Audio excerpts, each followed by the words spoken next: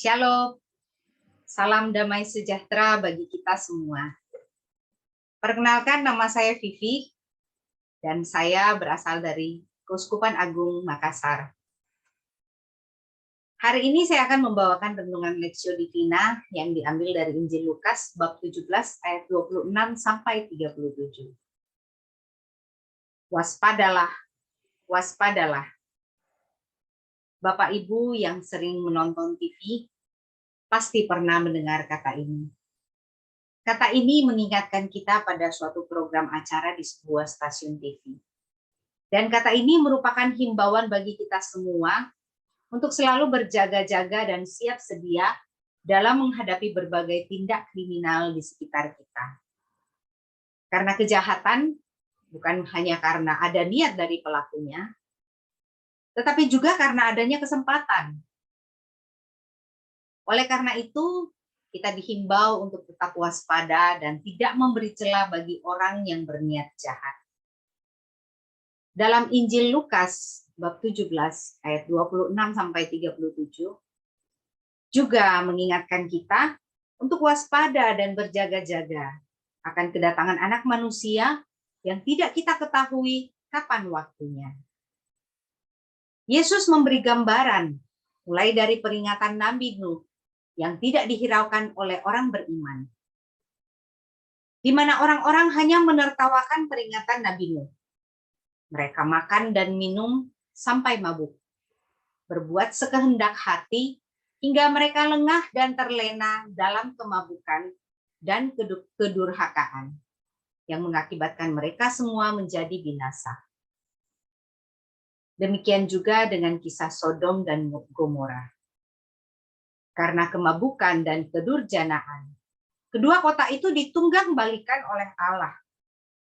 Peringatan Allah melalui Lot tidak mereka hiraukan. Mereka tetap pada pola hidup yang tidak membawa keselamatan. Mereka hanya peduli pada diri sendiri, tidak memberi ruang dalam diri akan kehadiran Allah yang menyapa. Karena ketidaksadaran dan ketidakwaspadaan, mereka akhirnya binasa. Dalam bacaan ini, Yesus mengajak dan mengingatkan kita untuk selalu berjaga-jaga dan hidup seturut kehendaknya. Selalu waspada dan siap sedia dalam menantikan kedatangan Anak Manusia, karena kita tidak tahu kapan waktunya. Waspada berarti kita tidak terlena akan kenikmatan duniawi, kemabukan yang bisa membuat kita terbuai dan menjadi egois. Misalnya kemabukan akan ketamakan dan keserakahan. Tetapi kebanyakan dari kita senang berada di zona nyaman, hidup menuruti keinginan daging, dan tidak menjalankan perintah Allah, sehingga tidak siap menyongsong kedatangan Anak Manusia yang tidak kita ketahui kapan waktunya. Yesus memperingatkan juga bahwa kesengsaraan besar pada akhir zaman akan terjadi. Dan tidak ada yang dapat selamat dari kesengsaraan itu, selain daripada orang-orang yang setia kepada Tuhan dan yang percaya kepada peringatannya. Orang-orang yang taat dan setia akan diangkatnya kepada keselamatan. Karena dosa dan kebinasaan adalah pasangan yang tidak dapat dipisahkan, seperti yang tertulis dalam Roma 6 ayat 23, sebab upah dosa ialah maut.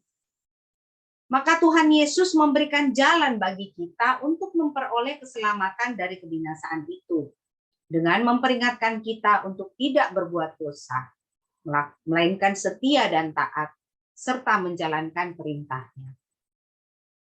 Kita diingatkan juga akan istri Lot yang tidak setia dan tidak taat pada perintah Allah, yaitu jangan menoleh ke belakang. Dan karena ketidaktaatannya, maka ia menjadi tiang garam. Kejadian 19 ayat 26. Yesus juga berkata, barang siapa berusaha memelihara nyawanya, ia akan kehilangan nyawanya. Dan barang siapa kehilangan nyawanya, ia akan menyelamatkannya. Lukas 17 ayat 33. memberi diri untuk mengikuti Yesus yang adalah jalan keselamatan bagi kita. Karena tidak ada suatu apapun yang ada di dunia ini yang dapat menyelamatkan kita. Sebab jalan keselamatan hanya ada di dalam Tuhan Yesus Kristus.